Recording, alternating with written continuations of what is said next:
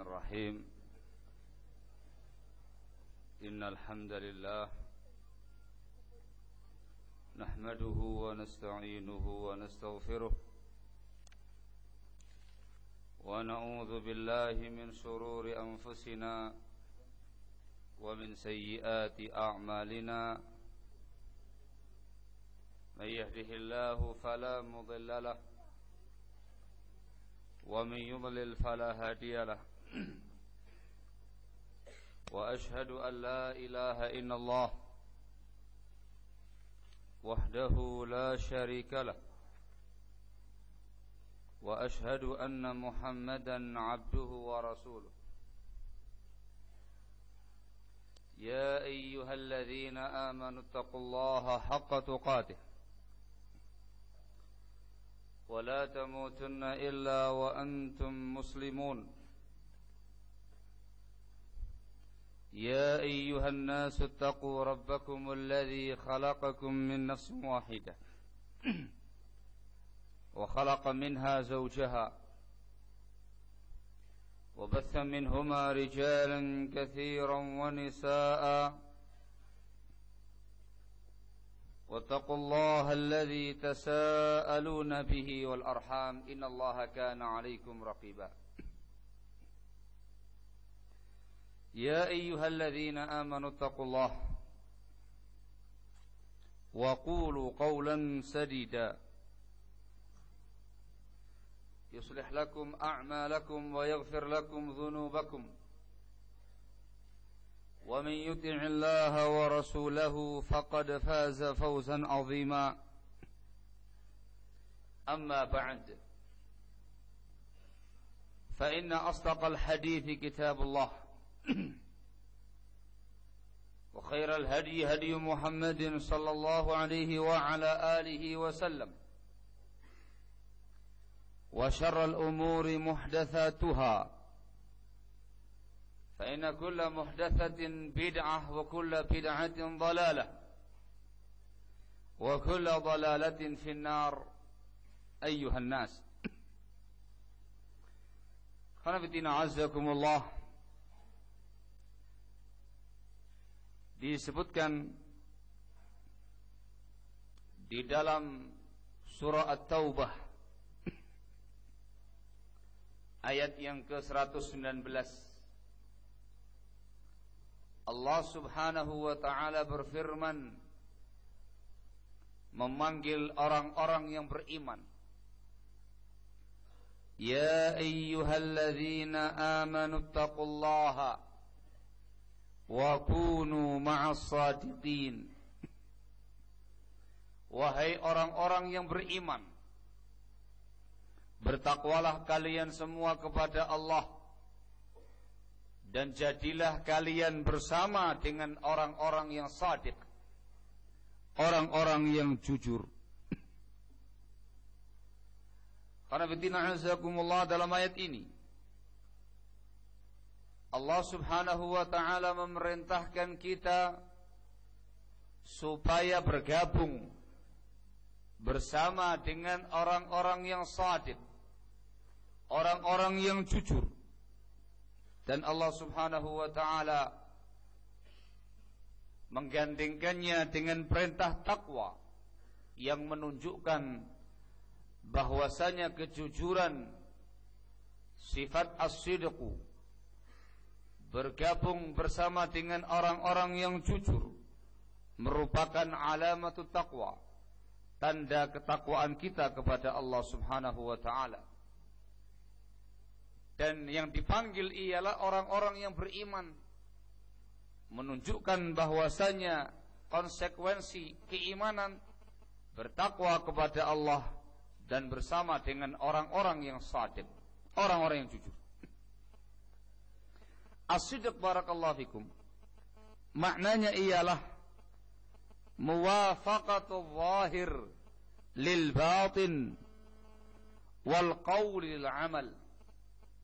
As-sidq ialah kondisi zahir yang sama dengan batinnya, ucapan yang sama dengan perbuatannya.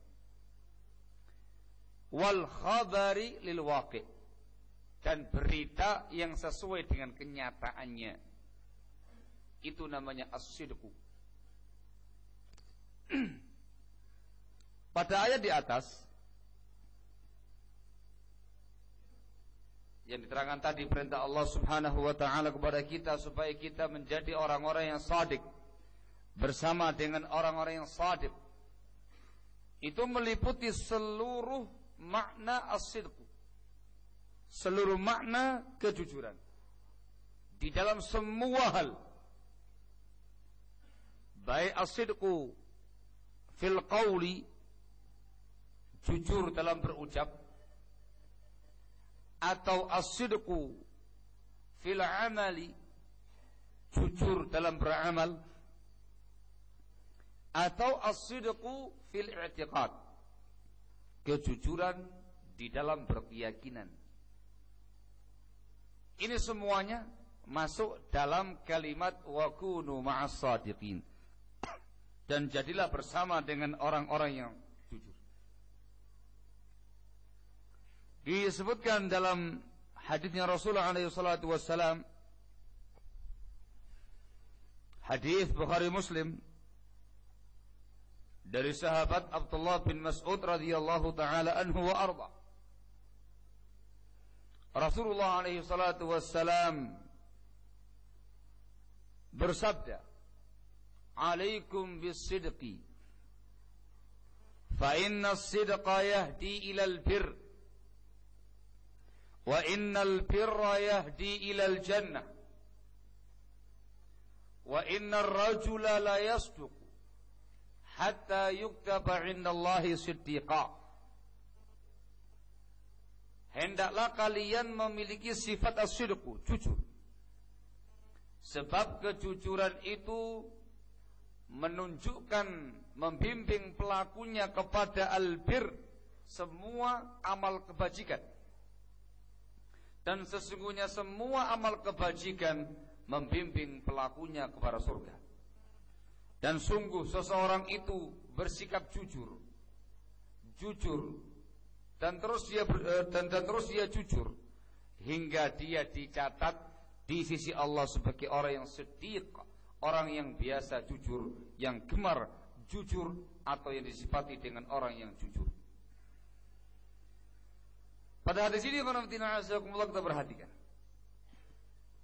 Rasulullah alaihi salatu wasallam memerintahkan kita untuk memiliki sifat as-sidqu, sama dengan ayat di atas.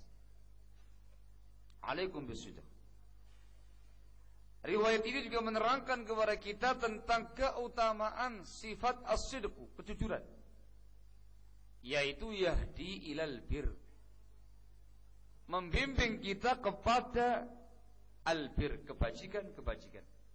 Albir ismun jami'un li khisalil khair. Yang namanya albir sebuah nama yang mencakup semua perangai-perangai kebaikan. Itu namanya albir. Maka yang namanya sikap jujur, ketika ada pada kita terapkan dalam keseharian kita, dalam semua hal, membimbing kita untuk bisa mengamalkan semua amal-amal kebaikan, semua amal-amal kebajikan, semua perangai-perangai yang baik. Dan itu membimbing kita kepada surga. Maka as-sidqu min asbabi dukhulil jannah. Yang namanya kejujuran merupakan sebab orang masuk ke dalam surganya Allah Subhanahu wa ta'ala. Was-sidqu min asbabi husulil bir. Kejujuran merupakan sebab tercapainya semua perangai-perangai kebaikan. Sehingga dengan jujur akan terbuka bagi seorang hamba Allah Subhanahu wa ta'ala semua yang namanya khisarul khair, semua yang namanya perangai kebaikan, perangai-perangai yang baik. Disebutkan dalam riwayat yang lain, Rasulullah SAW menggambarkan bahwasanya kejujuran itu membawa berkah. Beliau sebutkan demikian terkait dengan kasus perniagaan. Dalam hadis Bukhari Muslim dari sahabat yang mulia Hakim bin Hizam radhiyallahu taala anhu, Rasulullah alaihi salatu wasallam bersabda, "Al-bay'ani bil khiyari ma lam yatafarraqa." Penjual dan pembeli ada khiyar selama belum berpisah. Ada khiyar, itu pilihan, diteruskan atau digagalkan. Selama mereka belum berpisah, selama mereka ada di majlis.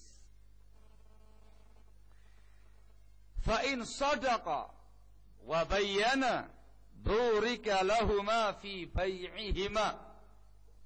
Kalau mereka berdua jujur dan menjelaskan barangnya, ada aibnya ataukah tidak, ada rusaknya ataukah tidak, maka akan diberkati untuk mereka berdua pada jual belinya. Wa in kadzaba wa katama muhiqat barakatu bai'ihima. Namun kalau mereka berdusta dan menyembunyikan aib-aib barang tadi, maka akan dihancurkan, maka akan dibinasakan keberkahan jual beli mereka berdua. Dari sini diambil faedah, barakallahu fikum, yang namanya sikap kejujuran itu membawa keberkahan. Barakah pada jual beli, barakah pada semua perkara-perkara yang dia jujur padanya. Seperti yang saya terangkan tadi, yang namanya jujur, lahir batin sama, ucapan dan amalan sama, berita dan kenyataan sama. Itu namanya as-sidqu. Adapun as-sidqu terkait dengan bab agama ialah muwafaqatus syara', mencocoki syariat, pada semua gerakan-gerakan kita, pada semua tindak tanduk kita, baik pada akidah kita atau ucapan kita atau amalan kita dan segala aspek kehidupan kita. Itu namanya as-sidqu. As-sidqu fil aqidah, jujur dalam perkara akidah. Itu maknanya muwafaqatul i'tiqad lisyara'. Akidah kita itu sesuai dengan syariat, sesuai dengan akidah yang diajarkan oleh Rasulullah SAW. Akidah Islamiyah, akidah Sunniyah Salafiyah. Kalau akidah Anda sudah sesuai dengan bimbingan Al-Quran, bimbingan Sunnah Rasulullah SAW, dengan pemahaman Salaful Ummah dalam semua poin-poin akidah yang ada, maka dikatakan anta shadiqun fi aqidatik.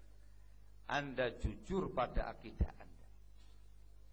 Tapi kalau ada penyimpangan satu saja, ada penyimpangan dari penyimpangan akidah Anda, anta kadzibun fi aqidatik. Dusta pada akidah kamu. Begitu pula terkait dengan babul ibadah. Yang namanya as-sidqu fil ibadah ialah muwafaqatul ibadah lisyara' ma'al ikhlas. Baik, ibadah yang sesuai dengan syariat disertai dengan keikhlasan. yakni ibadah yang sesuai dengan dua syarat diterimanya amal. Ikhlas karena Allah Subhanahu wa taala, dan yang kedua sesuai dengan petunjuk Rasulullah SAW dalam semua aspek ibadah kita kepada Allah Subhanahu wa taala. Salat, zakat, puasa, haji, membaca Al-Qur'an, berdoa dan segala macamnya. Tatkala kita mempraktikkan dan mengamalkan ibadah-ibadah tadi sesuai dengan bimbingan sunnah dengan penuh keikhlasan untuk Allah semata, maka dikatakan shadiqun fi ibadatihi, jujur pada ibadahnya. hakadha fil akhlaq. Juga terkait dengan babul akhlak, juga terkait dengan babul muamalah, babul adab, dalam semua bab-bab aspek kehidupan kita seluruhnya, kalau sesuai dengan syariat, maka dinyatakan shadiqun fi dzalik, jujur pada poin-poin tadi.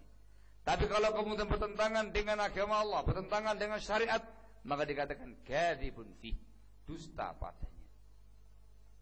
Sehingga jujur itu sangat luas cakupannya. Tidak heran kalau kemudian jujur itu lambang ketakwaan. Tidak heran kalau kemudian jujur itu yahdi ilal bir, membimbing pelakunya kepada semua perangai kebaikan. Dikarenakan akidahnya benar, ibadahnya benar, akhlaknya benar, adabnya benar, muamalahnya benar, kesehariannya benar, lahir batinnya benar, semuanya benar sesuai dengan bimbingan syariat. Maka tidak heran ketika mendapatkan keutamaan yang dibawakan tadi. Walaupun barakallahu fikum, asal isti'mal, asal penggunaan kata-kata sidqun itu sidqun fil qaul, jujur dalam berucap, lawannya adalah al-kadzib, dusta. Namun dalam pengembangannya barakallahu fikum, seperti yang saya terangkan tadi. Ikhwan fillah azakumullah. Bila difahami makna dan pemahaman as-sidqu di antara yang diperintahkan kepada kita untuk kita jujur padanya, ialah as-sidqu fid dakwah, jujur di dalam berdakwah kepada Allah Subhanahu wa ta'ala. Ini kalau boleh saya pegang enak. Saya soal gini-gini gak enak. Boleh copot? Tak copot lagi. Biar bisa gini-gini.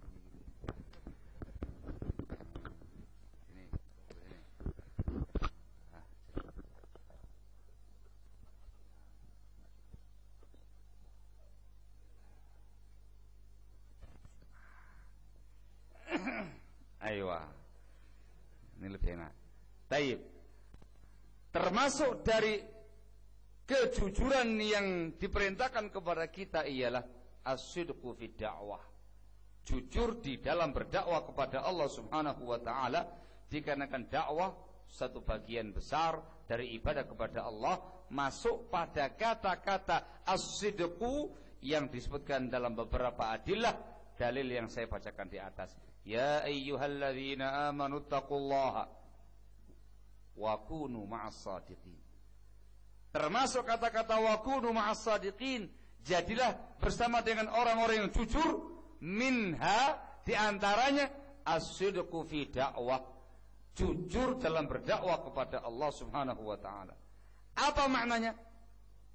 Muwafaqatud da'wah lisyara', dakwahnya harus sesuai dengan ketentuan syariat,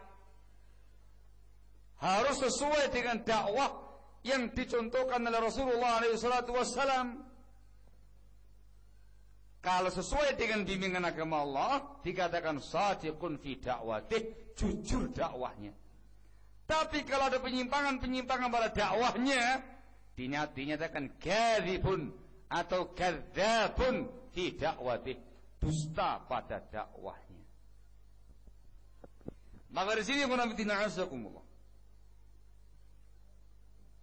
seseorang itu dinyatakan shadiqun fi da'wah, jujur dalam perkara dakwah, apabila pada dirinya terdapat ketentuan-ketentuan berikut ini. 1. Ayyakuna mukhlisan fi da'watihi, ayyakuna mukhlisan fi da'watihi, dia ikhlas dalam dakwahnya, mengharapkan wajah Allah Subhanahu wa ta'ala semata. mengharapkan ridha Allah Subhanahu wa taala semata. Karena tina'azakumullah perkara keikhlasan wadih. Terlalu banyak dalil yang menjelaskan kepada kita untuk ikhlas dalam beribadah kepada Allah Subhanahu wa taala, dan masuk dalam bagian ibadah adalah dakwah. Wa ma umiru illa liya'budullaha mukhlishina lahud-din hunafa. Dan mereka tidak diperintahkan melainkan supaya beribadah hanya kepada Allah semata dengan mengikhlaskan agama ini untuknya semata sebagai orang-orang yang hanif. Ikhlas dalam perkara dakwah masuk padanya ikhlas dalam perkara dakwah ilallah. Pembahasannya sekarang, apa yang dimaksud dengan ikhlas dalam berdakwah? Jawabannya ialah Anda dinyatakan ikhlas dalam berdakwah kepada Allah ketika dakwah kamu ilallah. Da'watuka ilallahi ta'ala. Kamu menyeru umat manusia untuk kembali kepada Allah semata, supaya mereka semuanya ibadah kepada Allah, kembali kepada Allah, mentaati Allah. Ini yang pertama. Dinyatakan ikhlas dalam berdakwah ketika Anda berdakwah ilal khair, berdakwah kepada perkara-perkara kebaikan yang disebutkan dalam syariat. Dakwah ilal khair. Inilah yang disebutkan dalam sekian banyak ayat, sekian banyak dalil ketika membahas tentang dakwah. Pasti dengan lafaz dakwah ilallah, dakwah ila sabili rabbik, dakwah ilal khair. Seperti yang disebutkan dalam Al-Quranul Karim dalam surat Yusuf ayat yang ke-108 insyaallah. Allah Subhanahu wa taala mengatakan dalam firman-Nya, "Qul hadhihi sabili ad'u," teruskan, ilallah. Ad'u ilallahi ala basiratin ana wa man ittaba'ani. Katakan wahai Nabi alaihi salatu wassalam, inilah jalanku. Aku berdakwah kepada Allah di atas ilmu, di atas basirah, aku dan orang-orang yang mengikuti aku. Dikatakan dakwah ilallah. Juga ayat yang lainnya lagi yang ma'ruf di kalangan kaum muslimin. Allah mengatakan dalam firman-Nya, "Ud'u ila sabili rabbik bil hikmati wal mau'izatil hasanati wajadilhum billati hiya ahsan." Berdakwahlah engkau wahai Nabi alaihi salatu wassalam kepada jalan Rabbmu. Berdakwah kepada jalan Allah Subhanahu wa taala dengan hikmah, dengan mau'izah hasanah, dan debatlah mereka dengan cara yang terbaik. Juga dalam ayat yang lain yang disebutkan di Ali Imran ayat yang ke-104, Allah menyatakan dalam firman-Nya, "Wal takum minkum ummatun yad'una ilal khair wa ya'muruna bil ma'ruf wa yanhauna 'anil munkar wa ulaika humul muflihun." Hendaklah ada dari sebagian kalian seseorang yang berdakwah kepada kebaikan, memerintahkan yang ma'ruf, melarang yang mungkar. Mereka lah orang-orang yang beruntung. Yad'una ilal khair. Itu yang dinyatakan keikhlasan, itu yang dinyatakan kejujuran dalam perkara dakwah. Barakallahu fikum. Termasuk di dalam keikhlasan berdakwah yang dikatakan di awal, mengharapkan wajah Allah semata, mengharapkan ridha Allah semata dengan dakwahnya. La li aghradin dunyawiyah. Dakwahnya bukan dalam rangka untuk tujuan-tujuan duniawi. Berdakwah bukan dalam rangka untuk dipanggil ustadz.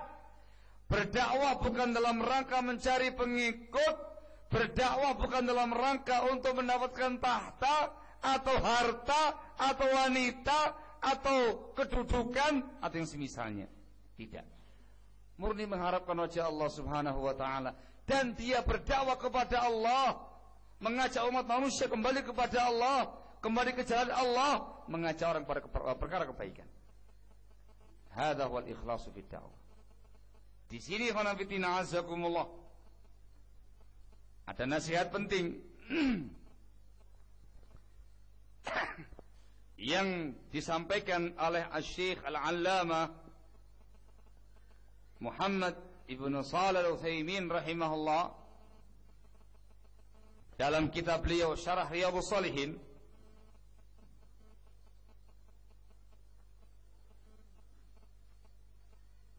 Beliau berkata,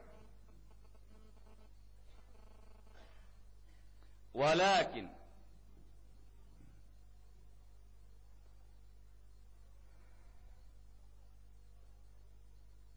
على الآمر بالمعروف والناهي عن المنكر أن يلاحظ مسألة مهمة، وهي أن يكون قصده بذلك إصلاح أخيه لا الانتقام منه والاستئثار عليه.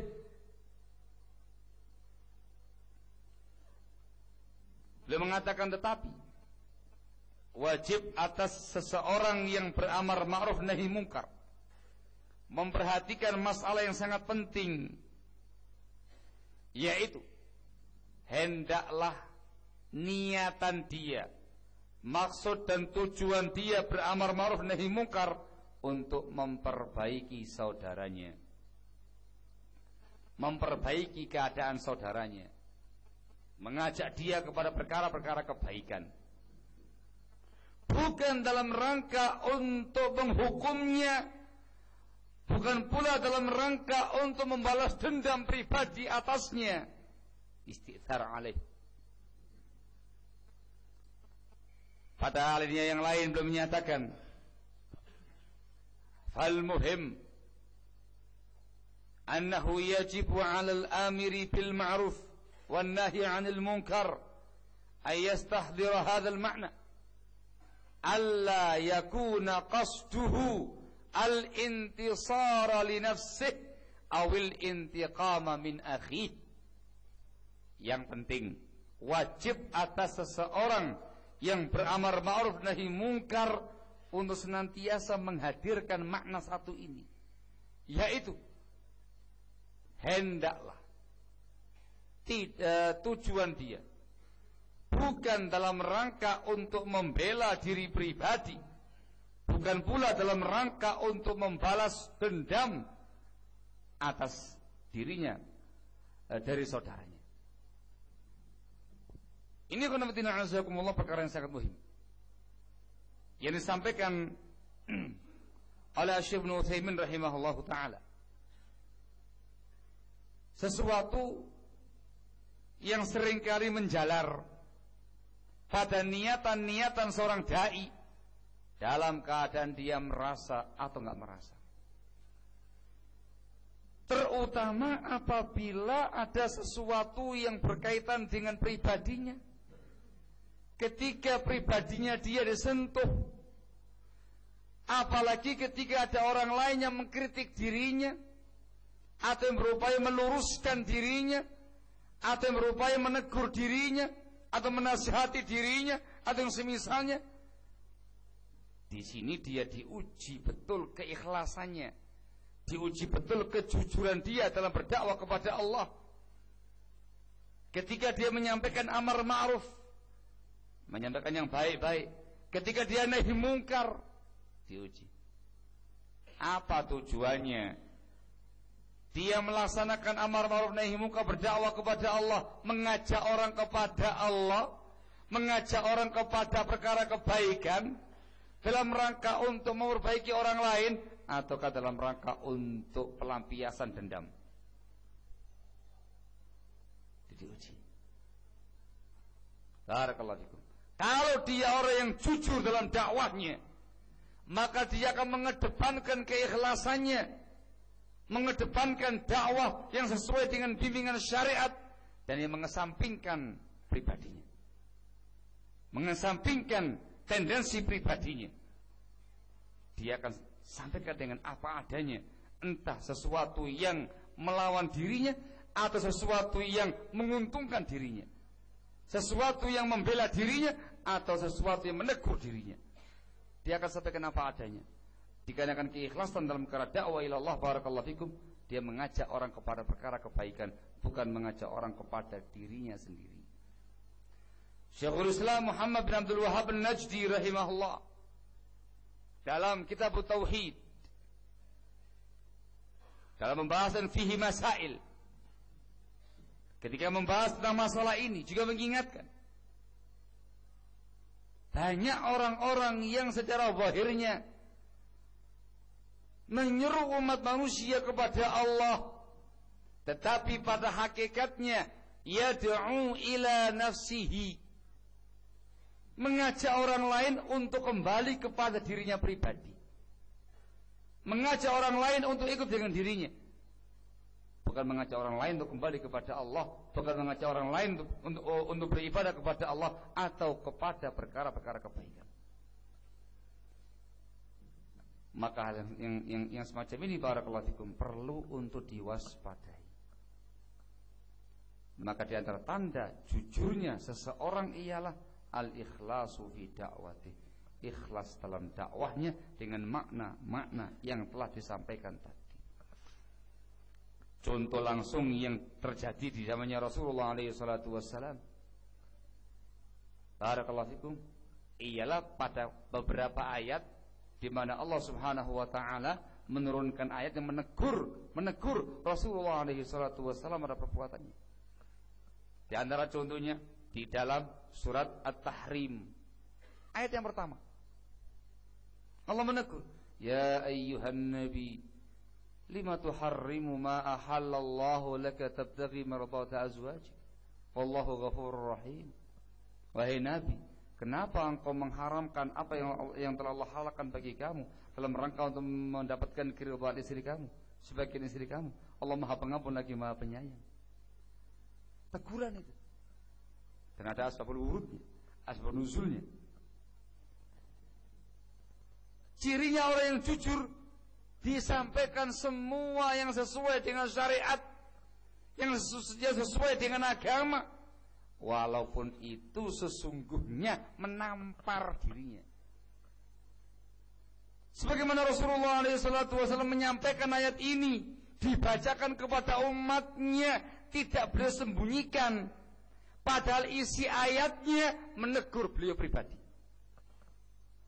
Langsung nyebut nama, wahai Nabi, kenapa engkau haramkan apa yang telah Allah halalkan dalam rangka untuk mencapai ridha sebagian istri kamu?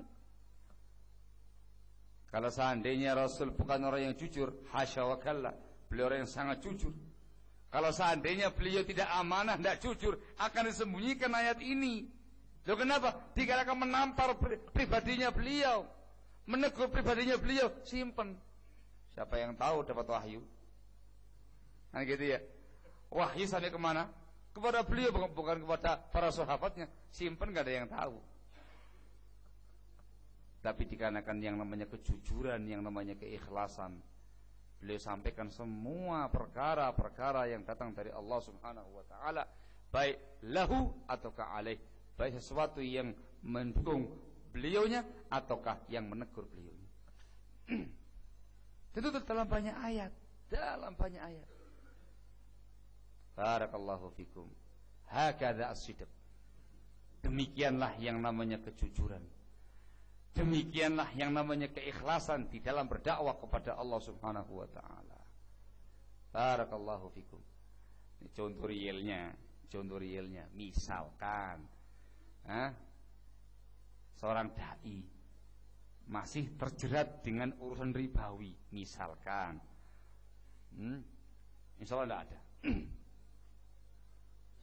Seorang dai yang jujur, ya dia mengajak orang lain untuk nahi mungkar, menjelaskan haramnya riba, kan gitu. Walaupun secara pribadi dia sedang terjerat dalam urusan ribawi. Artinya apa? Menampar dia pribadi. Ya ayyuhalladzina amanu la ta'kulu riba dha'afan mudha'afa. Itu kayak napar dirinya. Wahai orang beriman, gitu. Artinya kamu sendiri yang kena, begitu. Itu namanya sirkun fid dakwah. Itu namanya ikhlasun fid dakwah. Dikarenakan dakwahnya ilallah, dakwahnya ila sabili rabbik, dakwahnya ilal khair, bukan ila nafsik.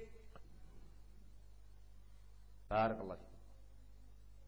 Ini di antara tanda jujurnya seseorang dai dalam dakwahnya, ayyakuna mukhlishan fi da'watihi.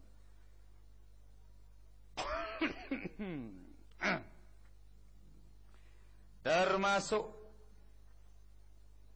tanda kejujuran dakwah seseorang ialah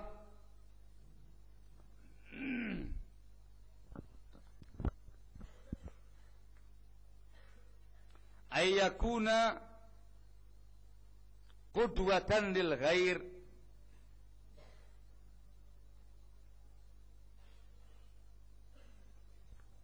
Dai tadi itu menjadi qudwah, menjadi suri tauladan bagi yang lain. Jujur, dan betul-betul tanda kejujuran yang paling mudah dilihat dan sesuai dengan definisinya, muwafaqatul qaul lil amal, yang disampaikan sesuai dengan yang diamalkan. Allah Subhanahu wa ta'ala dalam Al-Qur'anul Karim mengecam dan mencela ahli kitab yang memerintahkan kepada umat manusia perkara kebaikan tetapi melalaikan diri sendiri. Disebutkan di Al-Baqarah ayat yang ke-44. Allah Subhanahu wa ta'ala berfirman, atamuruna an-nasa bil birri wa tansawna anfusakum wa antum tatluna al-kitab afala ta'qilun.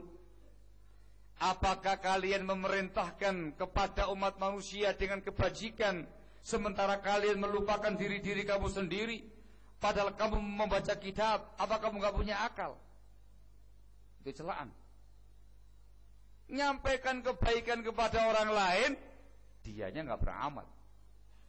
Melarang kejelekan, melarang orang lain dari sebuah kejelekan, dirinya malah menerjang. Ini dikecam dalam Islam. Merupakan sifatnya orang-orang Yahudi, ahli kitab. Maka seorang dai Allah dituntut untuk memiliki perangai yang kedua tadi, ayyakuna qudwatan li ghairih. Dia menjadi suri tauladan bagi yang lain. Seperti yang dicontohkan oleh Rasulullah alaihi salatu wassalam ketika Allah Subhanahu wa ta'ala menyatakan terkait dengan Rasulullah alaihi salatu wassalam, laqad kana lakum fi rasulillahi uswatun hasanah. Dan sungguh telah ada untuk kalian pada diri Rasulullah SAW uswatun hasanah, tauladan yang baik. Sehingga Rasulullah itu da'i bi qaulih wa da'i bi fi'lih wa da'i bi halih. Da'i dengan ucapan-ucapan beliau, dengan sabda-sabda beliau, da'i dengan perbuatannya beliau, dan da'i dengan kondisi beliau. Semuanya sama, yang diucapkan, yang diamalkan, kondisinya beliau, semuanya sama. Qudwatan lil ghair. Barakallahu fikum. Disebutkan sama Syekh Ibnu Utsaimin rahimahullah di dalam kitab beliau As-Sahwah Al-Islamiyah. Beliau menyatakan al-wajibu 'ala ad-da'iyah alladhi yad'u ila Allah ayyakuna qudwatan salihatan lilladzina yad'uuhum. Wajib atas seorang dai ilallah untuk menjadi tauladan yang baik bagi para mad'unya. Fa idza amara bil ma'ruf falyakun awwala fa'ilin lah, wa idza naha 'an munkarin falyakun awwala tarikin lah. Bila dia memerintahkan sebuah perkara kebaikan, hendaklah menjadi orang pertama yang melakukannya. Ketika dia mencegah orang lain dari perkara mungkar, hendaklah dia sebagai orang pertama yang meninggalkannya. Beliau mengatakan sebagai contoh, "Fama dhannukum bi rajulin yuhadziru minal muamalatir ribawiyah wa yaqulu liman ya'kul riba innaka muharibullah muharibun lillahi wa rasulih wa hadha ad-da'iyah ya'ibu an-nas wa yudhakkiruhum wa yukhawifuhum billah thumma yadhhab yata'amal bir-riba. Hal hadha min akhlaqi da'iyah? Abadan." Bagaimana kiranya, kata beliau, ada seorang dai mentahdir, memperingatkan masyarakatnya dari muamalah-muamalah ribawi, muamalah-muamalah riba. Dia mengatakan kepada orang yang makan barang riba, kamu memerangi Allah dan Rasulnya, kamu memukul genderang perang dengan Allah dan Rasulnya. Dia menyampaikan mau'idhah kepada orang lain, mengingatkan mereka, menakut-nakuti mereka dengan azabnya Allah terkait dengan bab riba. Ternyata dia sendiri terjatuh dalam praktek riba. Katanya Syekh, apakah termasuk akhlaknya dai? Abadan. Itu bukan akhlaknya seorang dai. Barakallahu. Dia ceramah ke sana kemari, memperingatkan kaum muslimin dari bahaya al-madaris al-ikhtilatiyah. Bahayanya sekolah-sekolah ikhtilat, laki perempuan campur jadi satu dan segala macamnya haram. Oh, dibawakan ayatnya, dalilnya terkait dengan haramnya ikhtilat, fatwa-fatwa para ulama dan segala macamnya. La anae sekolah kabeh, semuanya sekolahnya di madrasah-madrasah ikhtilatiyah. Apa itu yang namanya akhlaknya dai? La. Ya, dari satu sisi dia jujur menyampaikan apa adanya yang sesuai dengan syariat, tetapi secara prakteknya nggak jujur, dikarenakan nyatanya dia masih menyekolahkan putra-putrinya di sekolah-sekolah ikhtilatiyah yang difatwakan dengan tegas oleh para ulama kita dengan keharaman. Ya, yang gampangnya lah, dia memperingatkan ceramah khusus bahaya rokok, jangan begitu. Dianya debus-debus. Barakallahu fikum. Ya, di depan mad'unya yang khawas nggak berani, apalagi yang nggak berani, tapi di rumah atau di mana gitu. Masya Allah. Nggak tahu apa ini yang dianu ini. Merek apa ini? Allahul musta'an. Apa itu namanya akhlak dai? Jawabannya tidak. Apa itu yang namanya jujur dalam perkara dakwah? Jawabannya tidak jujur dalam dakwahnya. Anta kadzibun fi da'wati. Ini perkara besar. Dari poin kedua ini, barakallahu fikum, diambil satu faedah penting. Satu faedah penting yang amat sangat berharga dari para ulama kita untuk para dai secara khusus. Dikarenakan dia harus menjadi qudwah, tauladan bagi yang lain, maka dianjurkan dan dinasihatkan kepada para dai alla yarida mawaridat tuham, atau alla yaji'a mawatidat tuham. Jangan sampai dia datang ke tempat-tempat yang membuat orang lain curiga dan menuduh dia yang macam-macam. Tempat-tempat yang memang gak baik, tempat-tempat yang memang kurang bagus. Ya, walaupun mungkin dia memiliki sekian banyak alasan. Jangan. Kenapa? Dikarenakan posisi kamu sebagai seorang dai, sebagai seorang pembina umat, sebagai penyeru agama, yang disoroti semua tindak tanduk kamu dan kewajiban kamu sebagai qudwah, tauladan bagi yang lain. Jangan datang ke tempat-tempat yang veri-veri koloso gitu. Barakallahu fikum. Ya, walaupun kamu punya alasan, tidak boleh dan tidak pantas bagi seorang dai datang ke bioskop. Jelas? Itu kan contoh yang gampang gitu ya. Loh, kayaknya kenal itu wajah satu itu. Siapa itu? Loh, Ustadz Fulan di depan biskup apa di sini tempat namanya? Hah? 21. Masya Allah. 21. Loh, di depan 21. Orang curiga. Kalau yang di depan situ adalah orang-orang yang biasa mangkal situ, gak bakal curiga. Memang orang situ, memang orangnya biasa ke situ. Begitu ada seseorang yang dikatakan tokoh, apalagi sebagai orang yang dikatakan dai ilallah, mata tuh langsung puter-puter. Siapa itu? Loh, Ustadz Fulan. La haula wala quwata illa billahil aliyil azim. Ngapain di situ? Muncul von kecurigaan. Terus berkecamuk dalam benaknya sang Madu tadi itu. Ya walaupun tidak boleh langsung main tuduh, cek dulu. Kalau perlu langsung datangi aja. Assalamualaikum Ustaz. Ada antum. Wah udah, ketangkap bahasa gitu ya. Allah musta'an. Artinya mungkin dia punya uzur, mungkin dia diminta sama keluarganya barangkali untuk jemput siapa familinya atau apa di situ. Ini kan tidak semuanya orang tahu agama. Ini ustadz tapi familinya masih banyak yang awam, kan banyak. Diminta mungkin barangkali. Tapi sebagai seorang dai itu harus pikir panjang. Maaf, kalau ke tempat itu saya nggak mau. Bukan nonton biskup, kamu ke situ apa? Itu ada paman kamu, tolong dijemput dia, penting itu nggak ada yang jemput. Iya, tapi jangan di situ. Itu dai yang jujur, jangan di situ. Di mana kita ketemuan tempat ini yang aman gitu, yang nggak gitu banyak. Situ selesai. Yang nggak beres, nggak apa-apa. Tujuannya kan bukan untuk nonton biskup. Tujuannya kan dalam mereka menjemput paman. Emang salah jemput paman? Tidak salah kamu jemput paman. Tapi yang salah itu Anda sebagai seorang dai, sebagai seorang tokoh datang ke tempat-tempat yang membuat orang curiga dengan Anda. Hati-hati, Anda itu qudwatun lil ghair.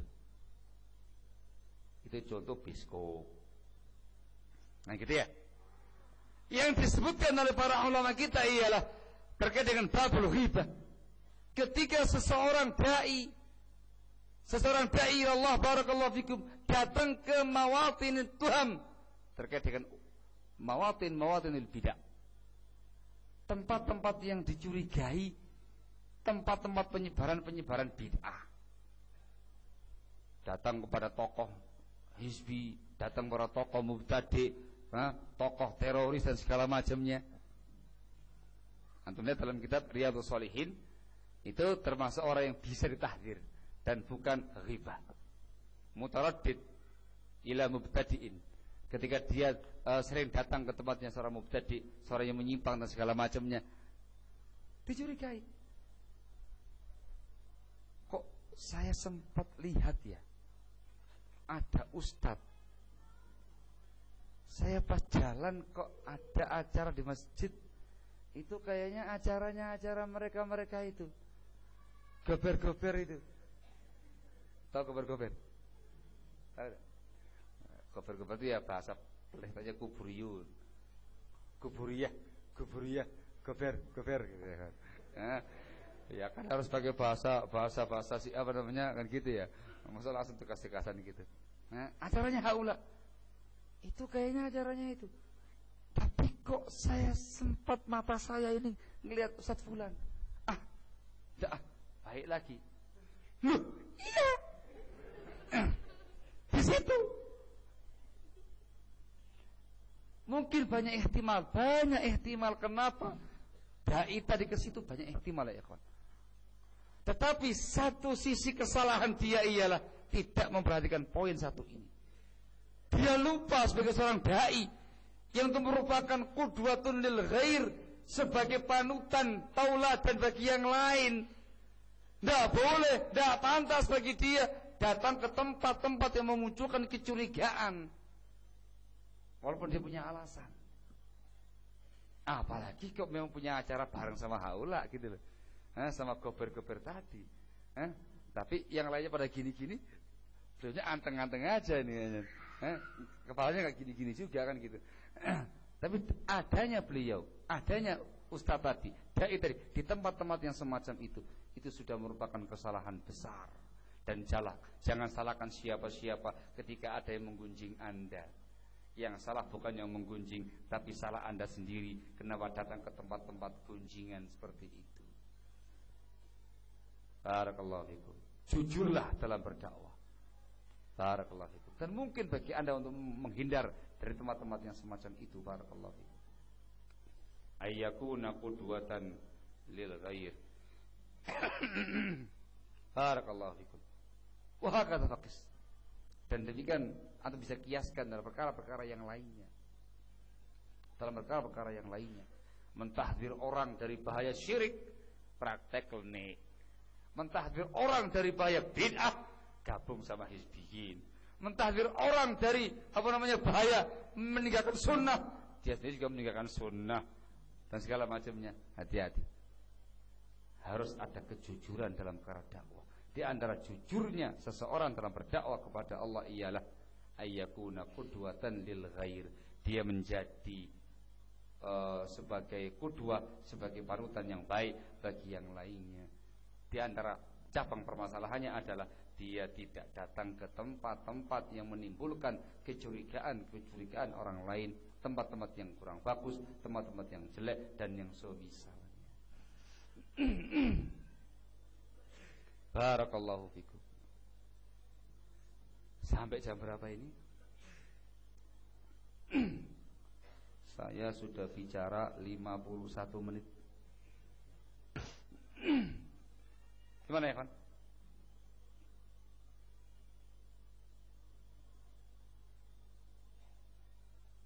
Saya jam berapa ini? Hah? Saya jam berapa ini? Saya maghrib. Jam 5. Jam 5.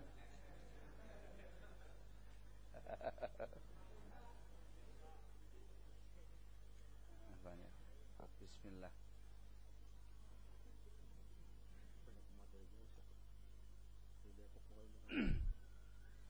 Nah, anak pikir cuma ini aja pesertanya. Ada yang putri? Oh, terus jam berapa?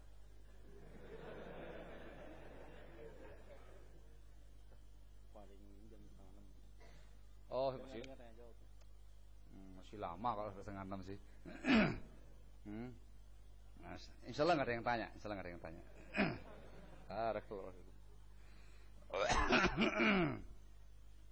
Barakallahu fikum. Baik, ikhwan.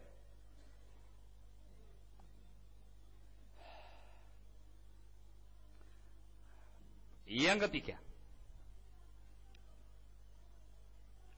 di antara ciri-ciri tanda-tanda kejujuran dalam berdakwah ilallah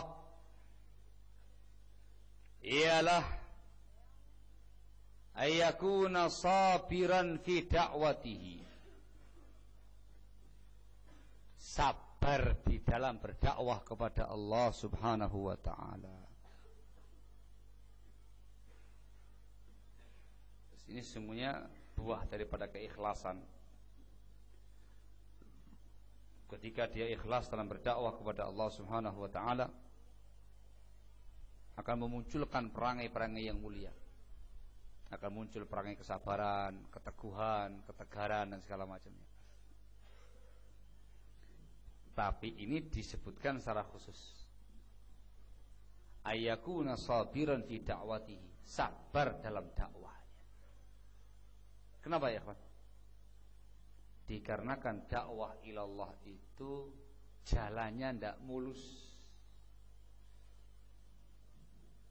Berdakwah kepada Allah itu seperti meniti jalur terjal.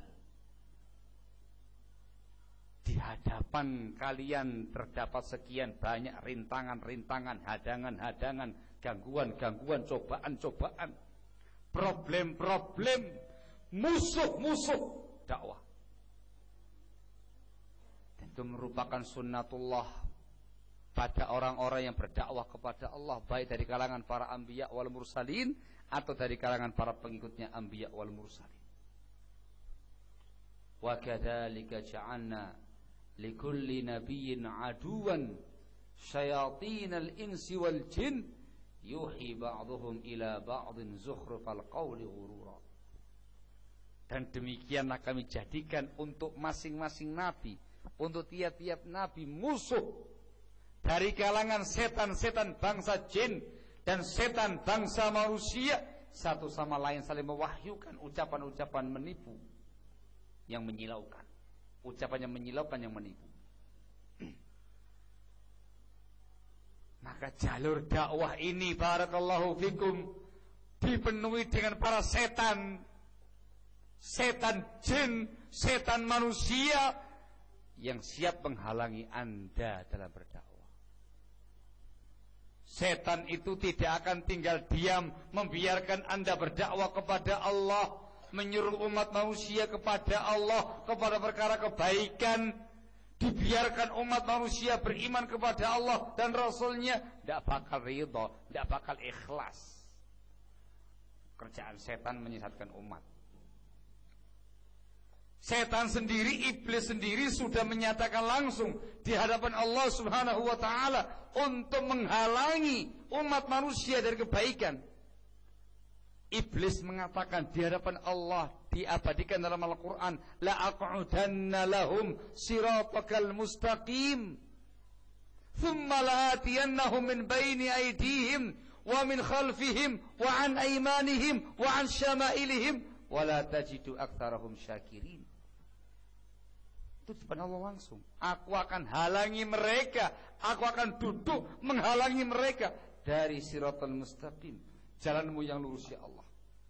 Lalu aku akan datangi mereka dari depan mereka, dari belakang mereka, sebelah kanan mereka, sebelah kiri mereka, dan engkau tidak akan mendapati kebanyakan mereka bersyukur. Iblis sudah mempersiapkan khutuwat, namanya khutuwatus syaitan, langkah-langkah setan, makar-makar setan, trik-trik setan, untuk menghalangi dan menghadang laju dakwah. Dan yang dihadang itu dakwatul haq, dakwatus sunnah, bukan dakwah yang batil. Nek dakwah yang batil dikipas-kipasi sama setan. Tapi yang dihadang ialah yang di atas siratal mustaqim tadi. Barakallahu. Itu iblis. Belum lagi dari yang namanya syayatinul ins, setan bangsa manusia dari kalangan ashabul ahwa'i wal bidah. Belum lagi dari kalangan kaum kufar, orang-orang kafirnya. Camkan baik-baik, jalur yang lurus itu cuma satu, dakwah yang hak itu cuma satu. Sementara jalur penyimpangan itu banyak, ada yang kanan, ada yang kiri. Nah gitu ya. Dalam sebuah hadisnya Rasulullah SAW yang diriwayatkan oleh Imam Ahmad dalam musnadnya dari sahabat yang mulia Abdullah bin Mas'ud radhiyallahu anhu, Rasulullah SAW pernah menggariskan khatalana Rasulullah sallallahu alaihi wasallam khatan mustaqima. Rasulullah SAW pernah menggariskan untuk kami satu garis yang lurus dan mengatakan hadza siratullahil mustaqim, ini jalan Allah yang lurus. Thumma khata an yaminihi khututa wa an shimalihi khututa. Lalu Rasul menggariskan sebelah kanannya jalannya kecil-kecil yang pendek-pendek yang banyak, yang kiri juga demikian. Dan beliau mengatakan wa hadhihi subul, dan inilah yang namanya subul. Camkan baik-baik ucapannya Rasul. Beliau mengatakan setelah itu wa ala ra'si kulli sabilin minha syaitanun yad'u ilaih. Dan di penghujung masing-masing jalan kecil yang pendek tadi ada setan yang mengajak umat manusia masuk padanya. Itu namanya penyeru-penyeru kebatilan. Tahukah Anda siapa yang dimaukan dengan setan di sini? Yang dimaukan ialah ashabul ahwa'i wal bidah. Antum lihat dalam kitab Al-I'tisam karya Abu Ishaq Asy-Syatibi rahimahullah, ketika membawakan ayat di atas itu menerangkan bahwasanya yang dimaukan dengan setan di sini oleh Rasulullah SAW setan dari bangsa manusia, yaitu ahlul bid'ah. Maka tatkala kamu berdakwah, kamu harus ngerti di depan kamu tuh ada musuh iblis dan bala bantuannya dari bangsa jin. Di depan kamu ada musuh-musuh setan manusia, ada orang-orang kafir dengan ragam sektenya, ada ahli kitab, ada musyrikin. Dalam tubuhnya kaum muslimin juga banyak penghalang-penghalangnya dari kalangan ashabul ahwa'i wal bidah yang tergolong syayatinul ins. Itu yang harus siap kamu hadapi. Jalan terjal dalam dakwah ilallah. Jangan kamu kira mulus-mulus saja yang namanya dakwah. Jangan dikira enak-enak saja. Dakwah enak gitu ya. Datang jauh-jauh dari Jawa Timur naik pesawat. Enaknya rek, ustadznya naik pesawat. Gitu ya. Saya loh gak pernah naik pesawat. Ya nek mikiri pesawatnya enak.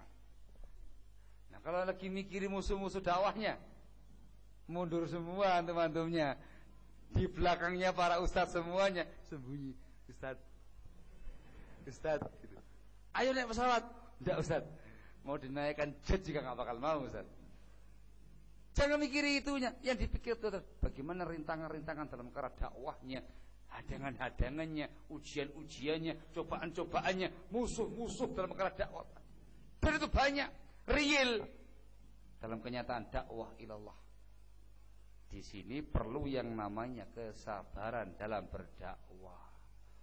Seseorang yang jujur dalam berdakwah, dia akan sabirun, muhtasibun, thabitun amamal mihan.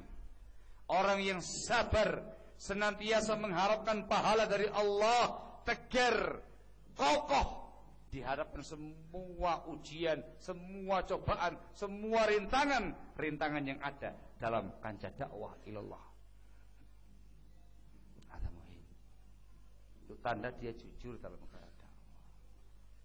Kalau kemudian ada rintangan mundur, dikasihkan kepada mad'unya, nih ada problem antum yang ngurus, saya tak di sini saja.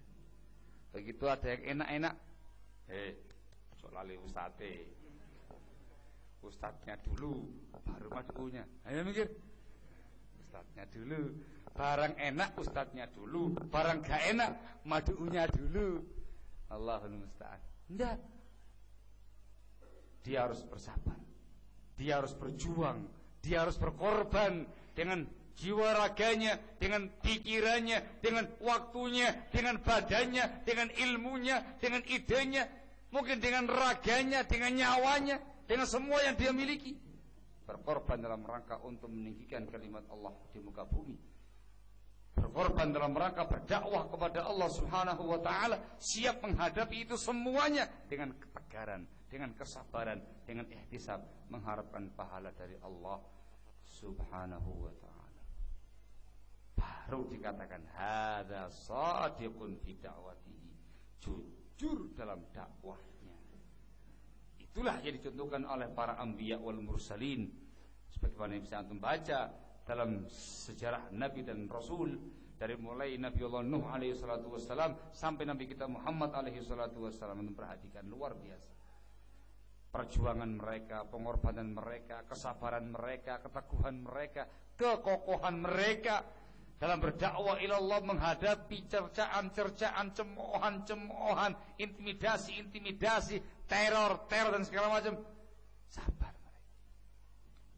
Fahakadza fakunu, maka demikianlah semestinya kalian itu, demikian jadinya kalian wahai para dai ilallah.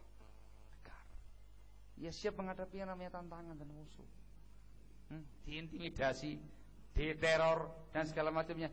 Santai. Ya memang sudah sunnatullah pada perkara dakwah. Jangan panik. Di SMS, sret, hati-hati dari fulan menebarkan pemahaman yang menyimpang, lebih sesat dari doktrinya orang-orang yang menyimpang. Waduh, sebarluaskan ini. Gimana nanti nama saya di mana-mana jadi jelek, dikatakan sebagai orang yang begini, panik. Ojo panik. Kalau ndak kepingin dapat rintangan dalam dakwah, ya sing ganteng, duduk yang ganteng di rumahnya mami, minta disuapin sama mami. Jangan terjun dalam kancah dakwah ilallah. Kalau sudah antum terjun dalam kancah dakwah ilallah, siap menghadapi itu semuanya. Orang yang tegar dalam dakwahnya membaca cuman tersenyum. Allahul musta'an. Na'udzubillahi minal fitan. Kan gitu ya. Bertaut dari fitnah, minta perlindungan dari Allah Subhanahu wa taala. Dan yakin selama yang disampaikan itu hak, la yadurruhu syai'a, tidak akan membahayakan dia sedikit. Santai. Hah? Dapat lagi SMS. Ustaz fulan daftar PO. Target operasi. Waduh, apa maneh iki? Ya kalau dia nggak sabar dalam dakwahnya, ya, wah ketakutan banget itu. Oh sampai menghubungi polisi segala macam. Gimana nih? Gimana Pak polisi? Oh, saya jadi TO. Nanti gimana? Ya, keluar rumah nggak berani, mau ini nggak berani, mau keluar rumah bodyguardnya gede-gede dan segala macamnya itu. Allahul musta'an. Santai ya, tawakkal Allah. Itu perkara yang biasa dalam perkara dakwah ilallah. Isbir, wahtasib, wasbut, sabar. Sabar menghadapi berbagai macam rintangan yang ada, mengharapkan pahala dari Allah semata, kokoh, tegar dalam berdakwah ilallah. Itu merupakan tanda jujurnya Anda dalam berdakwah kepada Allah, dan tidak akan fasyal, tidak akan gagal dalam berdakwah kepada Allah. Dengan keikhlasan kamu, dengan akhlaknya kamu yang mulia tadi sebagai tauladan yang baik bagi yang lainnya, dengan kesabaran kamu, dengan kamu mengharapkan pahala dari Allah semata, dengan kekokohan kamu, ketegaran kamu dan segala macamnya, insyaallah taala semua akan berjalan dengan baik. Dan yakinilah Allah Subhanahu wa taala akan membela dan akan menolong hamba-hambanya yang bertakwa kepadanya. Wal aqibatu littaqwa, yang namanya kemenangan itu untuk ketakwaan. Wal aqibatu lil muttaqin, yang namanya kemenangan itu bagi orang-orang yang bertakwa kepada Allah Subhanahu wa taala. Awalnya berat, biasa. Awalnya berat, rintangan, cemoohan, cacian, intimidasi, teror, oh biasa. Serang di mana-mana, biasa. Terus jalan. Insyaallah taala di depan Anda ada makhrajan minallahi tabaraka wa taala, akan ada jalan keluar, ada yang namanya kelapangan, kemudahan-kemudahan dari Allah Subhanahu wa taala. Wa may yattaqillaha yaj'al lahu makhraja. Barang siapa yang bertakwa kepada Allah Subhanahu wa taala, Allah akan jadikan untuknya jalan keluar, solusi yang terbaik dari semua urusan dia. Inna ma'al usri yusra. Sesungguhnya bersama kesulitan pasti ada kemudahan. Wa innan nasra ma'as sabri. Yang namanya pertolongan bersama dengan kesabaran. Yang namanya jalan keluar bersama dengan syiddah, dengan kondisi yang mencekam, yang menegangkan, yang rumit, yang sulit. Nanti di ujungnya nanti akan ada kemudahan-kemudahan dari Allah Subhanahu wa taala, keringanan-keringanan dari Allah Subhanahu wa taala, baik dalam dakwah kamu atau dalam semua urusan-urusan kamu. Maka ya khonafidina azakumullah, yang diinginkan sekarang adalah ya ayyuhalladzina amanu taqullaha wa kunu ma'as shadiqin. Wahai orang-orang yang beriman kepada Allah, wahai orang yang beriman, bertakwalah kepada Allah dan jadilah bersama orang-orang yang jujur. Yang kita bahas sekarang ini adalah jujur di dalam dakwah kamu. Dakwalah kepada Allah semata, ajak umat manusia kepada Allah, kepada jalan Allah, kepada perkara-perkara kebaikan. Jangan mengajak orang kepada pribadi, jangan mengajak orang kepada tendensi pribadi, atau kepada jamaah pribadi, atau kelompok pribadi, atau yang semisalnya. Jangan berdakwah kepada Allah dalam rangka untuk tendensi duniawi. Ikhlaskan niat kamu dalam berdakwah kepada Allah, sabar dalam berdakwah kepada Allah. Ihtisabul ajr indallah, meminta pahala dari Allah Subhanahu wa taala semata, kokoh dalam perkara dakwah dan menjadi tauladan yang baik bagi orang-orang lain yang di sekitar Anda, mad'u Anda. Wallahu taala a'lamu bissawab. Dikarenakan waktu yang sudah enggak memungkinkan, sebenarnya masih banyak ya Pak mau saya sampaikan di pondok-pondok saya, tapi paling tidak ada gambaran apa yang dimaukan dengan as-sidqu fi dakwah, kejujuran dalam dakwah ila Allah tabaraka wa taala. Saya kira cukup sekian untuk materinya. Nggak ada yang tanya kan? Nggak ada yang tanya kan? Ada. Masya Allah.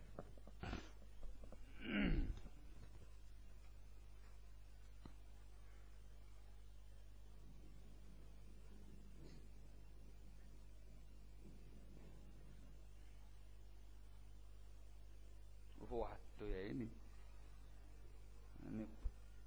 ilmunya disampaikan dengan bahasa umum, pertanyaannya dengan bahasa khusus. Repot ini. Kita ini ngasih ilmu ya, kita kasih kaidah ilmiah supaya antum itu memiliki gambaran ilmu yang luas yang bisa antum kembangkan pada perkara-perkara yang berikutnya. Ada paham ya? Itu pegangan bagi antum di setiap masa, setiap zaman, setiap kasus. Jujur dalam perkara dakwah. Nah, pertanyaannya kok langsung piye? Allah Ustaz. Dijawab.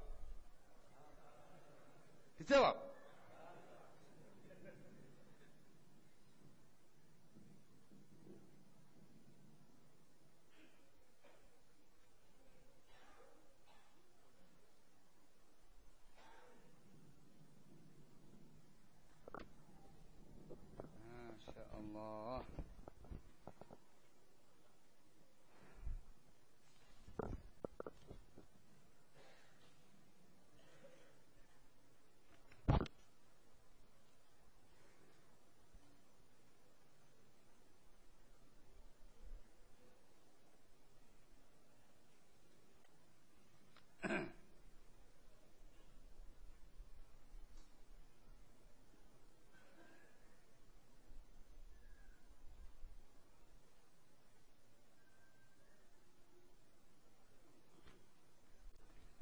Baik. Ada yang bertanya,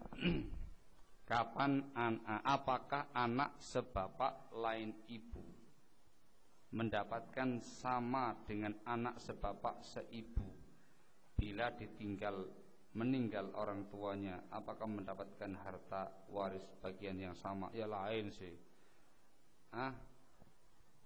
Yang namanya saudara kandung atau anak kandung dengan anak atau saudara bapak itu beda.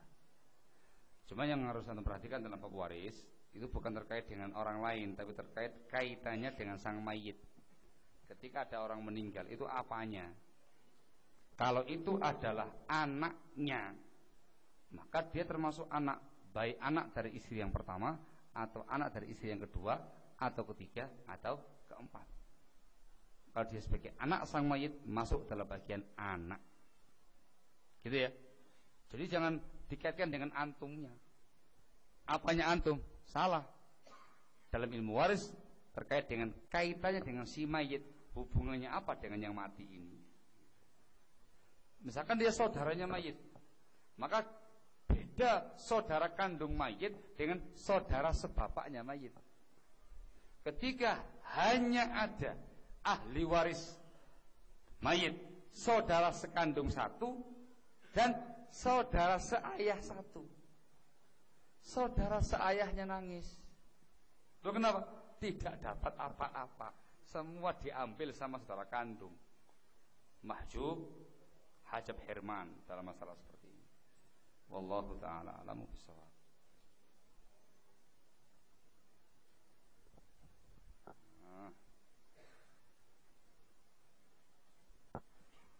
Waduh. Daurah nasional diadakan kapan? Waduh. Saya bukan panitia, jadi saya tidak tahu. Juga sama kayak antum menunggu. Insya Allah akan diumumkan sebagaimana biasa kan gitu ya. Pengumuman paling nggak sebulan sebelumnya akan diumumkan. Barakallahu fikum. Sebenarnya saya bukan panitia lah ya.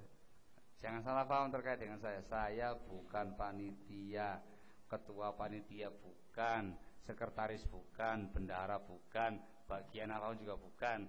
Saya juga tamu undangan, sama saja. Nah,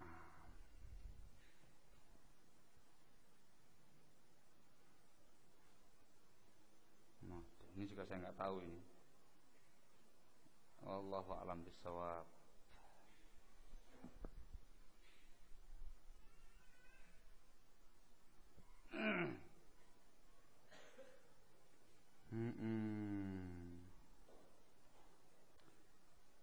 Saya sudah terlanjur meminjam uang dari bank untuk menebus toko dengan cara kredit 5 tahun. Ini satu-satunya jalan. Bagaimana sikap saya selanjutnya? Yang selanjutnya segera lunasi hutang-hutang Anda kepada pihak bank dan jangan diulangi lagi. Istighfar kepada Allah yang banyak. Nanti kalau toko Anda sudah mulai menghasilkan, banyak-banyak infak dan sedekah untuk membersihkan harta benda Anda. Insya Allah kalau kamu sungguh-sungguh berupaya untuk lepas dari jeratan-jeratan semacam itu, akan dibantu oleh Allah Subhanahu wa taala. Wa may yattaqillaha yaj'al lahu makhraja wa yarzuqhu min haitsu la yahtasib.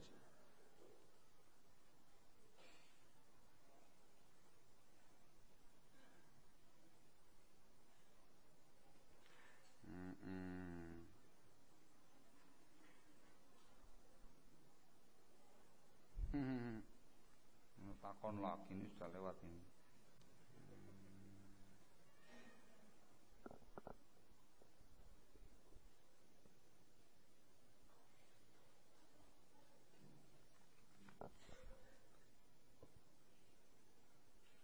Apa batasan antara kejujuran dalam berdakwah dengan kelemahan seorang dai sebagai manusia biasa? Karena setiap manusia pasti punya salah. Bagaimana dia bisa selamat dari ketidakjujuran manakah dia melakukan kesalahan sebagaimana manusia biasa? Nah, memang terkait dengan manusia biasa perkara yang maklum. Perkara yang maklum. Tetapi tidak menafikan kejujuran dia dalam perkara dakwah. Misal, kasih misal ya kan ya. Dia menyampaikan kepada manusia, kepada masyarakatnya terkait dengan fadilahnya umroh dan haji. Ustadz kiri, kayak so mangkat-mangkat. Sebagian salaf kita memberikan contoh, dia tidak berani menyampaikan tema itu sampai umroh dulu atau haji dulu baru menyampaikan. Itu afdol saja. Tetapi dalam poin semacam itu bisa bagi dia diterangkan apa adanya yang namanya hidayah umroh sebagaimana ilmu yang dia ketahui dari buku-bukunya para fuqaha. Dan dia belum mampu mengerjakannya, dikatakan uzur, itu uzur syar'i. Uzur syar'i. Barakallahu. Yang jadi masalah itu ialah dia punya kemampuan untuk itu tidak. Dia punya kemampuan untuk menghindar dari perkara yang mungkar, tidak menghindar. Dia punya kemampuan untuk mengerjakan kebaikan tadi, tidak mengerjakan. Itu yang enggak jujur. Barakallahu. Saya dipahami ya?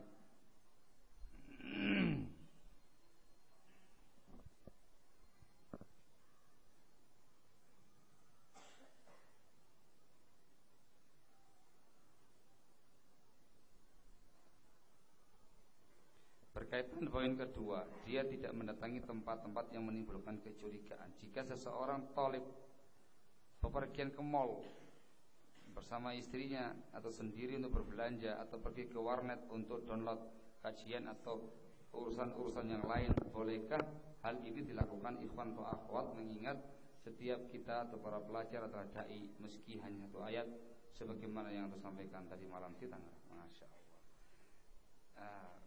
Terkait dengan masalah mall, tujuannya untuk belanja. Kalau saya pribadi mengatakan, antum pilih mall yang aman. Paham yang maksud? Antum pilih mall yang bersih. Jangan pilih mall yang agak kotor dalam tanda kutip. Paham ya? Paham kira-kira ini? Yang maksud? Masa harus belak-belakan ngomongnya sih? Jadi gak enak nih. Katanya ada sebagian mal-mal itu kotor. Antum masuk itu seolah-olah ini bukan dunia ini. Ini bukan dunia ini. Barakallahu masuk langsung. Paham ya?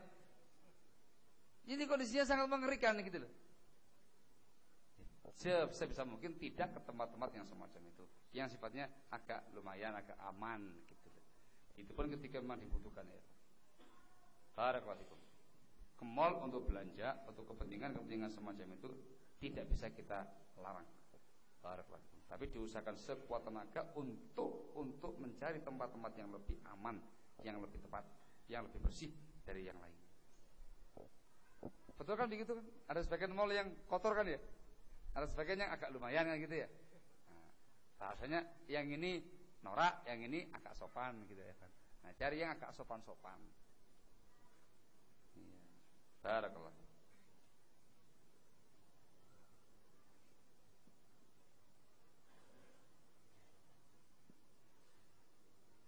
Waduh. Ini pertanyaannya juga menggelitik ini. Dalam mengambil ilmu kita harus tahu dari siapa kita mengambil ilmu. Terkait masalah ini apa Ustaz? Maukah Ustaz menjelaskan biografi Ustaz? Karena tidak ada buku yang menjelaskan biografi Ustaz. Ya tidak ada. Siapa kita kok sampai ada buku yang menjelaskan biografi kita? Itu gegeden, terlalu besar itu. Besarnya ikhwan. Siapa kita orang ini? Siapa kita orang? Terus kita sedikit punya ilmu kita sampaikan, balighu anni walau ayat.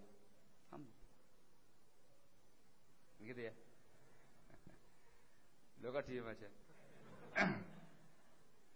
Perlu saya sampaikan biografi Anda?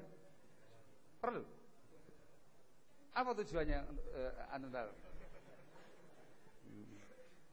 Masih ragu sama saya? Naam, Allahul musta'an. Ya, secara global disampaikan karena permintaan antum. Tapi sesungguhnya nggak pas ya, karena kita bukan siapa-siapa.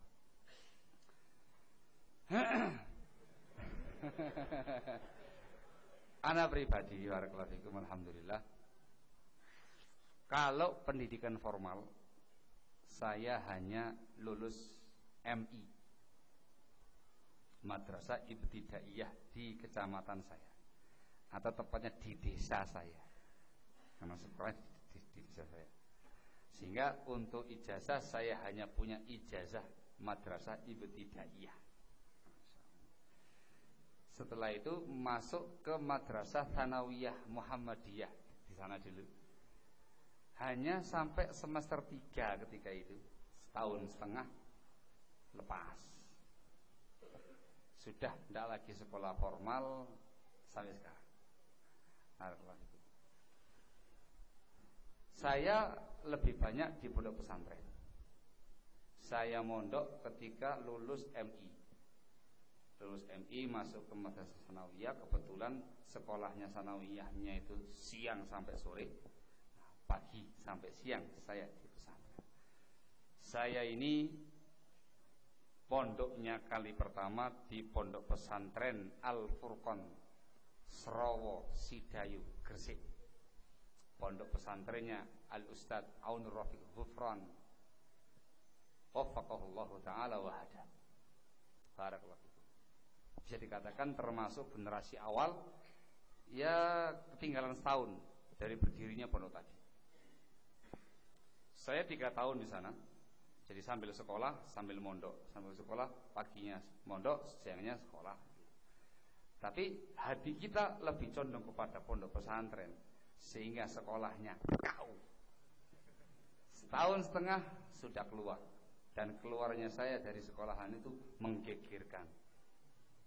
Dikarenakan saya orang pribumi, keluar dari sekolah dikarenakan mondok. Kalau yang lainnya keluar dikarenakan orang jauh yang apa namanya, yang mondok plus sekolah. Mau keluar juga silakan keluar. Karena balik ke tempatnya kamu sendiri sana, gitu ya. Ini orang asli pribumi situ sekolah kok putus dengan sebab mondok. Yang nggak sombong ya. Harapan sekolah tadi, gitu ya. Karena sekolah di Muhammadiyah, guru-guru saya semuanya adalah adik-adik kelas bapak saya atau teman-teman bapak saya yang mengharapkan saya sebagai penerus Muhammadiyah. Putul. Waduh. Oke. Saya 3 tahun di pondok pesantren Al Furqan. Yang ketiga itu ada i'dad lughawi, dakwah 1, dakwah 2 zaman saya dulu. Langsung 3 tahun berjenjang. Tahun pertama sukses, naik dakwah 1, sukses. Dakwah 2, sukses, langsung lulus. Barakallahu fikum. Ketika kelulusan saya itu, dibukalah pondok pesantren Ihyaus Sunnah di Degolan, Jalan Kaliurang di Kelurahan Jalan Kaliurang, Yogyakarta, yang didirikan oleh Al-Ustadz Ja'far Umar Thalib waffaqallahu wa'ada, dan yang membantu beliau. Itu kan pondok namanya Tadribud Du'a. Nah gitu ya. Utusan dikirim ke berbagai macam tempat untuk mendatangkan utusan dan kiriman-kirimannya untuk dididik sebagai kader-kader dai. Pondok Al-Furqan mendapatkan 2 jatah. Saya langsung dipanggil khusus oleh Al-Ustadz Onur Al-Furqan. Ini, Pak, ini kamu berangkat ke pondok ini. Bilang ke orang tua kamu, beliau ini adik kelas bapak saya. Jadi kalau sama bapak saya hormat. Adik kelas bapak saya. Bilang ke ayah kamu, mondok sini. Saya langsung mondok. Saya langsung bilang kepada orang tua saya dan segala macamnya. Mereka kelimpungan. Oh jauh, Jogja ini. Nah, ketika itu kan saya baru kalau lulus SD saya pondok, kemudian 3 tahun berikutnya kan masih lulus SMP kan gitu ya. Ini orang nggak pernah kemana-mana segala macam, gimana ke pondok, gimana? Saya yakinkan yang kesana banyak dari teman-teman pondok banyak. Akhirnya saya dititipkan kepada teman-teman saya di pondok karena saya masih kecil ketika itu. Ada kelas. Taib. Tanda tangan khusus dari Onur. Tazkiyah khusus dari Onur untuk saya. Yang kedua dikasihkan sama adiknya sendiri. Di antara utusannya Ustaz Mubarak. Ya, enggak tahu tuh utusan siapa itu ya. Barakallahu fi. Nah, itu kawan nama saya di Nigolan sampai sekarang. Barakallahu fi. Berangkat. Ada tes, ada interview, kan gitu ya. Ketika dites, ketika itu yang ngetes Irfan iya, dulu ya dites. Siapa namanya? Yudin. Dari mana? Dari Dayu. Mau di mana? Mau di Al-Furqan. Berapa lama? 3 tahun. Itu sudah gini duluan dia, sudah kader duluan. Nah, dikarenakan Pondok Al-Furqan sejak zaman dahulu kala dikenal dengan bahasa Arabnya sampai sekarang ini. Baca. Lulus. Lulus langsung itu dikarenakan apalagi bawa tazkiyahnya Al-Ustaz. Ini dia punya nama besar dikarenakan ahli bahasa Arabnya. Luluslah saya ketika itu masuk dalam jajaran awal generasi pertama Pondok Pesantren Ihya'us Sunnah Degolan Jalan Kaliurang Yogyakarta, Sleman Yogyakarta, di bawah pimpinan Direktur Umumnya Al-Ustaz Ja'far Umar Thalib waffaqahullahu wa'ada. Ternyata saya masuk ke situ sebagai santri yang paling muda, termuda dari semua yang ada. Yang lain sudah kuliah, sudah apa, ini gede kabeh. Kita orang masih lulus SMP. Allahul musta'an. Nabila Bas. Di sana kita selama programnya kan 4 tahun. Alhamdulillah dari mulai tahun pertama sampai tahun keempat khatam. Penambahan setengah tahun kemudian 4 tahun setengah khatam. Artinya dari mulai awal sampai terakhir itu tidak kemana-mana. Yang lainnya protol. Yang khatam saya sama beliau di antaranya sama Farad. Ya protol dengan sedikit, akhirnya yang mustahil digabungkan. Protol terakhir itu ketika kelulusan 4 tahun setengah tinggal 14 orang kalau salah. Itu sudah gabungan yang lama dulu sama penambahan dari para muslimin. Barakallahu fikum. Itu sebelumnya yang ikut bergabung di situ Al-Ustaz Yazid Jawas, Allahu Ahada, kemudian Ustaz Muhammad Marsewet sampai selesai. Hafizahullah taala wa ra'ah. Barakallahu fikum. Tayyib sampai akhir. Nah, sampai akhir itu dengan beliau berdua saja, Ja'far sama Muhammad Marsewet. Selesai 4 tahun masuk Tadribud Du'a yang kedua, wala fakhr, ditunjuk untuk bersama-sama dengan Ustaz Muhammad Marsewet mengajar TD2 bagian Lughatul Arab. Barakallahu. Artinya jadi asisten. Ini Ustaz Muhammad bagian bahasa, saya di bawahnya. Ini Ustaz Ja'far Umar Thalib terkait dengan Ulumuddin yang dibawanya Al-Ustaz Abdul Mu'ti Al-Maidani. Dua orang ini. Plus ngajar TN. Nah, itu yang bikin cepat gede ya. Ngajar tarbiyatun nisa. Si enom iki. Nah gitu ya. Si muda ini. Lulus SMP tambah 4 tahun. Berarti lulus SMA lebih setahun setengah kan gitu ya. Ya orang kuliah masih semester 3 lah. Barakallahu fikum. Bener. Akhirnya tahun 99 nikah sayanya. Barakallahu fikum. Nah, itu di situ. Sehingga sempat mengalami ke Ambon segala macam, itu angkatan pertama sana barakallahu fikum. Sempat itu. Padahal ketika itu saya kepingin ke Yaman, saya sudah ngomong sama Ustaz, anak mau ke Yaman. Nanti, Yaman, Bakden, Ambon dulu. Siap, Sami Nawar. Ambon dulu, 4 bulan setengah di Ambon.